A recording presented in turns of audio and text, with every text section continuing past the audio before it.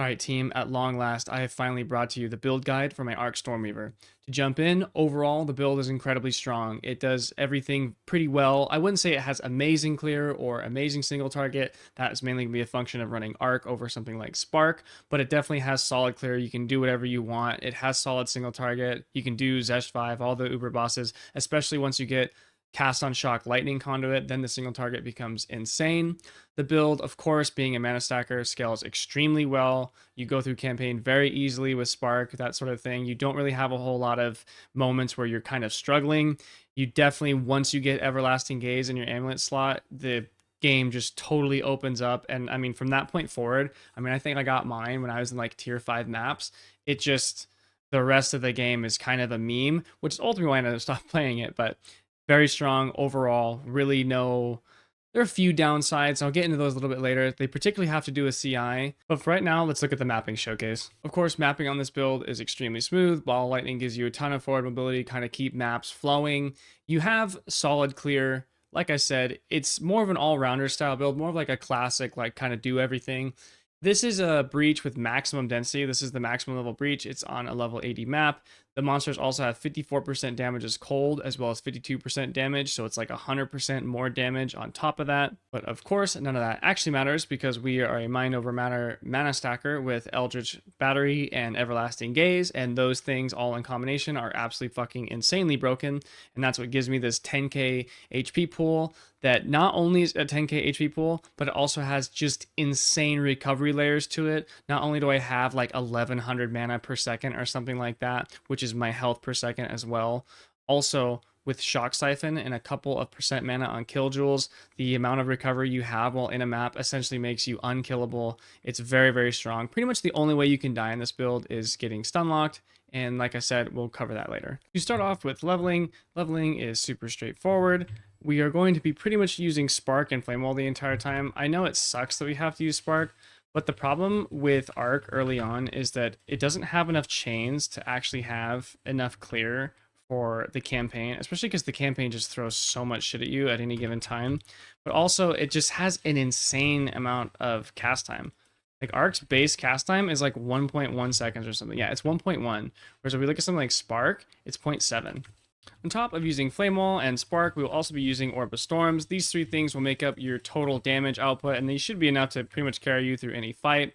We use Orb of Storms because it's just free damage. It just sits there, you press it once, base duration of 10 seconds, you have no reason not to. We use Flame Wall because if you read Flame Wall, it says any projectile that passes through it deals 7 to 10 added fire damage. Early on, especially at the lower levels, added flat damage is the most effective form of damage that you can get right now, mainly because it usually equates to significantly like massive percentages compared to the range that you're adding it to. So for example, if we look at Spark, it's 2 to 38. Adding 7 to 10 to that, it literally over triples what the current low end of Spark is. So that's why we use Flame Wall. It also deals ignite damage, which is solid. Can't go wrong with that. It's just more anything that we can stack up early on is better. When it comes to gearing early on in the campaign, it's pretty straightforward. There's nothing really special about it. We're just looking for resistances, mana, life, wherever we can get it, that sort of thing. Intelligence is also a good one as well. I did just slam. I had 2 Exalts and a Regal Orb sitting in my inventory, so I did just slam this. Anytime you see something like this, like a Ruby Ring, this is poggers as fuck, just free 22 fire res. If I get an Orb of Alchemy anytime, we're definitely slamming that motherfucker. Now, one thing I will say, obviously I'm slamming now because I'm trying to give like a more like, you know, SSF style, like if you were playing this in the campaign. Obviously I could just go buy like perfect gear for literally 5 exalts, which is exactly what you should do. Like if you're playing in the beginning after like a reset or something, definitely, you know, you're gonna have to slam and scrounge and do whatever you got to do. But like right now, the 2 exalts I blew for this shitty ass staff, I could literally probably go buy a staff that is 3 times better for those 2 exalts. But again, in general, when we're gearing, it's the stat priority of resistances, life, mana, and intelligence. The reason why mana and intelligence are up there is because mana and intelligence are going to give us obviously more mana, but they give you mana regen, which is the bigger thing. You'll notice that my mana kind of isn't really going down despite my casting. The quickest way to deal with mana problems is to just get more mana. it just gives you an insane more amount of actual mana regeneration, which will cover you on your spell casting. So like if I take off this 11 int neck piece, which gives me 22 mana, I lose 1.2 regen. So this is why mana followed by intelligence is in that stat priority. If you look at the description down below, I added 4 mobalytics guides to give you a general gauge of where you should be at depending on the stage of the game. Unfortunately, I did do them on mobalytics, so your computer will get terminal space fucking mega AIDS cancer from this miserable fucking website. On top of it, just fist fucking your CPU from Chrome and all the little flashy ads. It's truly one of the most dreadful experiences that I've ever had the displeasure of working with, and I'm happy to share it with you guys. I included these to give you guys just some general reference material to the things I talk about in the video. This is the early one, so you'll see I talk about the stat priority here. I talk about the stats you're looking for on a weapon, so we're looking for plus skills, cast speed, spell, lightning damage, damage and element mana, that sort of thing. I also did not include this on this, but I will say it now. One of the things that you want to do, when, especially if you're buying gear, and I guess it only applies if you're buying gear, but if you're trying to buy things to cap your character out for your campaign, I recommend capping your resistances in slots that are not your rings or boots or your amulet. The reason for this being is that on boots, rings, and your amulet, we can get special stats. So in this case, what we're looking for is cast speed and mana regeneration that do not exist on any other piece of gear. And on boots, obviously, it's movement speed. And of course, anytime you get high movement speed boots with a lot of resistances, those are going to start costing an ass ton. Whereas if it's 30 MS with absolutely nothing, then it's infinitely cheaper than it would be otherwise. With rings, we just kind of want to open up the suffix slots so we have the opportunity to get cast speed and that sort of thing. The last thing I will mention with gearing is if you're doing beginning of trade league or SSF or anything like that, you should always check the vendors. You can always find really good solid things, you know, something like this, right, where we grab 8 lightning wrist, slap this on it. Okay, now we have ES and max life. You can do this stuff all the time, especially early on when there's just not a whole lot to go around and you can't buy on Trade League or you're doing SSF. Checking the vendors, gambling regularly, those things can be a godsend for you. To cap out the leveling section of this guide, all of the skills and the supports are included in each stage of the mobalytics guide, so you'll always have access to that. I wanted to cover really quick what you're looking at in terms of the totality of your character. Eventually, we're going to pick up conductivity. Conductivity will supply a lot of our lightning pen because you really don't want a whole lot of pen later. In the mobalytics guide, eventually we'll take this tree right here, and eventually way later on we'll end up going down here. But you only really want one lightning pen branch because you're just going to end up with so much of it. You don't really need a whole lot. Next, we'll be taking Mana Tempest. Mana Tempest is very good. It just gives us a ton of damage. It's a really great burst cooldown. Lightning Warp, of course, really good for utility, especially once you combine it with Ball Lightning. These two things are the main mobility skill. You saw me doing it in the mapping showcase. And then finally, later on, you'll grab Lightning Conduit, and I'll go over that a little bit later. A couple of final notes before we move on. When it comes to conductivity, you will never level this up ever. You will always keep it at level 7, and the reason being is that the mana cost of curses becomes astronomical, whereas the res reduction is very, very slight in nature. So we always keep it level 7. And then I didn't talk about aura skills early on, but I take Raging Spirits. You can take whatever you want. I think Raging Spirits is just fine. It doesn't really matter that much.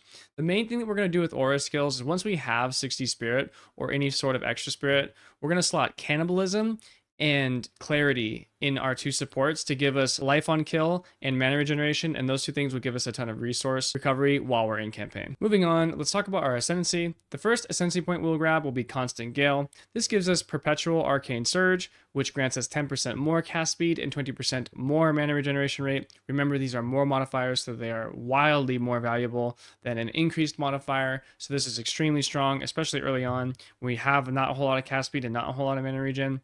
Then we will grab Force of Will.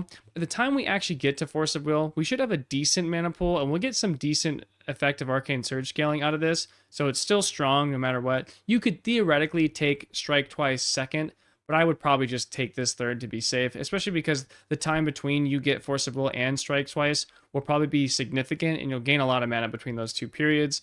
And then you kind of be wasting the scaling, and the whole point of this build is to scale mana, of course. Our third Ascendancy will then be Strike Twice. This is one of the most broken nodes on an Ascendancy I've ever seen, especially with how Shock Magnitude works. I imagine Magnitude will be nerfed eventually, but as of right now, this combined with Magnitude scaling on top of getting Lightning Conduit is one of the most insane combinations for damage output on a character as of right now. You can see it everywhere. Any Spark character, whenever the boss just deletes its health bar, that is going to be a cast on Shock Lightning Conduit that is using Strike Twice and Shock Magnitude to obliterate absolutely everything.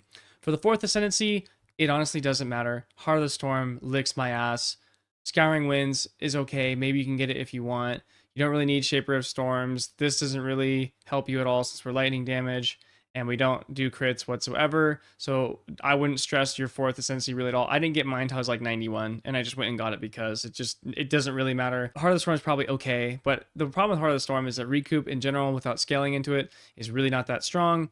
And then it's only elemental damage. It's not fizz damage. So yeah, it's kind of lame. I wish it was overall damage, but probably not. Lord knows this Ascendancy doesn't need anything else going on. When it comes to actually getting your Ascendancies, by the way, the far and away best method of doing this is by doing the Trial of the Sekimas. The reason for this being is that once you get relics like this that have maximum honor and honor resistance, once you are honor resistance capped, which I think is like 75 or something, or you're close to, the trials become an instant fucking joke. You do not take any sort of damage. It goes from, the guy at the top of the stairs who hits you with a bowling ball for 12k honor out of your 7k pool to like, you can just eat damage and it does absolutely nothing for you. So once you get these going, Trial of the Sekimas is infinitely easier than fucking Ultimatum, especially when it comes to this fucking dickhead bird boss that is the most overtuned pile of shit for a fucking Ascendancy that I have ever seen. God, I hate this fucking boss. Meanwhile, in Trials, you fight a rock, two idiots, a fucking bug, and then Zillion, who takes a smoke ganj break in the middle of the fight to come back and do absolutely nothing and die anyway. With the Ascendancies out of the way, there's not too much to cover in the mid game. There is, of course, a mobalytics guide for that will have a tree for you. But once we arrive at the end of the campaign and we begin maps, this is when you should have enough spirit to equip Archmage. Now, Archmage will incur a mana cost. What I will say is if you've done a good job getting mana on your gear and getting intellect and that sort of thing, and ES as well, if you have a lot of base ES, you can convert it to Eldritch Battery early on. All those things in combination should help with the relative cost of Archmage, and by this time you should have a 4-link, and this is when you'd slot Inspiration. These things will all make up for the mana cost of Archmage, and you shouldn't have any issues. It's also just way too much damage at this point in time to pass up. The next big change that occurs at this stage of the game is that we can finally swap from Spark to Arc. The thing about Arc early on is that it just has way too much of a base cast time on top of the fact that it doesn't have enough clear from the minimal amount of chains, that it's not good early on, but later, once we have a ton of extra cast speed and the actual base level of the spell is around like level 15, we have enough base chains for it that it can actually be used to clear. Arc gets an extra chain every 5 levels. So if you have, a base level Arc Gem of level 16 and then you get +4 somehow, you're going to have 5 chains on Arc, which are then doubled from chain support. All of these kind of add up, especially once you add Mana Tempest in there. All this adds up to you just get a ton of chains on Arc and its clear becomes somewhat comparable. It's not nearly as good, but it becomes solid enough to be used. And here is where we will have to consider who we truly are. Now, I don't know about you guys, but for me, I wear my soul on my sleeve, and I have shed many a drop of blood on the hill of saying, fuck the meta, I'm going to play shit that's tight. And in this case, Spark is absolutely better than Arc in every single way, except for the fact that it is most certainly soy as fuck. But oh, my dearest Riley, what price, what blood do we shed on this hill? Well, you're gonna die a lot, because Arc kind of fucking blows, okay? Like Spark, you can literally just sit there and go to bed on your fucking mouse 1 key, and then everything's dead when you wake up. On Arc, dude, we're in it. We're we're hitting the gritty. We got a Mana Tempest, a lot to get, the chains out the door, to get all the shit that's on the screen. We're fucking mashing Orb of Storms desperately, like it's a wet flint in a jungle and we're praying to God to survive. We're burning our entire mana pool in a single Mana Tempest because we're so stressed out from casting. We can't like sit there and hold the button down for 30 seconds until the boss wakes up and he instantly dies. Arc just mechanically is inferior to Spark in every single way, and it's just the price of doing business if you want to do tight shit. Okay, I don't know what to tell you guys. Like, the cool stuff sucks every time. I don't know what it is. I don't know why this is the way it is in every single game, but anything that is cool blows. Except for Bone Shatter. Bone Shatter was sick as fuck, but now it kind of blows. So we're back to right back to where we started. Originally, I'd actually planned to talk about this a lot more in this video, but it kind of became a giant can of worms, and so I'm going to save it for another video, and I will elaborate there the differences between Arc and Spark and explain where skill metas develop and what I mean when I say it's like just mechanically worse than Spark in pretty much every way. Moving on, when we actually get to the end of the campaign, we want our passive tree to look something along these lines. You'll notice we got rid of the travel nodes over here. You notice we also took Mind Over Matter as well as Eldritch Battery. Now, I took Mind Over Matter when I had like 1700-ish mana, and this was like day 3 after launch, so I didn't know about Eldritch Battery. But I think if you have a solid amount of ES on your gear, taking Eldritch Battery will make taking Mind Over Matter way easier because you should just kind of skyrocket you to like 2k mana. Important to keep in mind that Mind Over Matter cuts your mana regen in half. That's actually why we take this wheel right here. So in order to offset this, I recommend doing an anointment like Conservative Casting or something like Mental Toughness. I personally think Mental Toughness is better. That's the one I roll with. And then obviously, of course, the big chase item that we're going after that isn't a chase item because it's like 10x is the Everlasting Gaze. You want to rush this, get this immediately. The amount of power that this gives you from a defensive standpoint and the amount of regen it gives you is absolutely bonkers. And Everlasting Gaze in combination with Eldritch Battery and Mind Over Matter makes the rest of the game from this point forward just a breeze. It's a literal joke. And before we move on to the build mechanics and the summary of how it works, I wanted to talk about Chaos Inoculation. It's important to understand that while CI is pretty dope, it is not free. And what happens with CI is our stun threshold goes to 1, and so does our ailment threshold. This means that anything that is chill or freezes us infinitely faster, and so we will deal freeze a lot more than other characters. And on top of that, it makes our stun threshold 1, so we just get our ass beat and we're constantly stunned the entire time. And this honestly has to be mitigated, especially if you're doing like more and more difficult maps, especially things like Breach. We mitigate this through things like this over here. I swapped to a boss. This is a bossing tree where we just stack a bunch of ES regen because it's absolutely fucking broken for bossing. But if I'm taking maps, I'm grabbing at least the stun threshold from this wheel right here. And then if it gets real bad, I'll maybe even go into hollowed from over here. To give a summary of the mechanics of this build, it's just a plain mana stacker and it's very straightforward. We build mana and we weight it as much as we possibly can, and then we omega scale our character power with it by stacking it. In this case, through mana, we scale Archmage. This gives us a ton of damage, 8% of damage for each 100% max amount you have. Also remember to quality your Archmage. This is where we get our first real big hit of damage from mana. Of course, we scale it with our Ascendancy as well through Constant Gale, giving us more cast speed, and then we scale it using Force of Will. And then on top of this, we grab things like Arcane Intensity over here, where we get 3% spell damage per 100 mana. And then we also grab Pure Power. This is like an incidental scaler. It's not like you're technically scaling mana, but because we're a mana stacker, we will always be stacking int. So this is, in a way, a sort of pseudo mana stacking, I guess. But on top of that, all of these damage layers, we get a ton of QOL and defensive layers. By using things like Eldritch Battery with Mind Over Matter in combination with Everlasting Gaze, mana just slams our max effective pool to just insane amounts. And on top of that, it gives us a ton of mana regeneration as well, which is, effectively infinite resource for casting. We're at 1032 mana regeneration when we are in Font of Mana and we're moving around. And on top of that, it gives us that same mana regen as health regen because mana is doubling as our health through Mind Over Matter. In addition to all of that, we then scale Shock Magnitude because it interacts extremely well with Strike Twice. It's absolutely fucking broken. We take some basic, damage layers over here, nothing too crazy. And then we also grab Chaining Effect. Remember, with Arc, +1 chains is 15% more damage. That's another reason why you need to quality your Arc. It's just 5% more damage per chain. That's a big deal. All of this is what we combine into our damage layers to create the character that we have. It's why our character becomes so powerful, is because everything is so closely related to each other. A last thing I will mention here on this topic is the jewels. Jewels do the exact same thing. With jewels that are perfectly rolled between magnitude of shock and magnitude of ailments, we can get 35% shock magnitude on a single jewel socket. This is unbelievably potent for a slot. Like slots like this are absolutely crazy. This is absolutely what you spend your jewels on. Recovering mana on kill is a huge modifier. I wish I had actually one more of these, but I just don't. Even so, this jewel is still absolutely nuts. All of these things are what make the character, and this is why the character is so strong. The last thing I will mention, which is not in this build, unfortunately, because I just honestly stopped playing this guy, was Cast on Shock, Lightning Conduit. This is probably the final piece of your damage. It is the apex piece of your damage, I should say. Once we combine Lightning Conduit with Cast on Shock, and then we have all of this shock magnitude and strike twice, Lightning Conduit absolutely nukes fucking everything. And it is absolutely worth to take the extra 300 ES or whatever it is off your chest piece and buy a chest piece with 60 spirit on it, so you can take Cast on Shock, Lightning Conduit. And this alone will completely solve any single target issues you may or may not be having.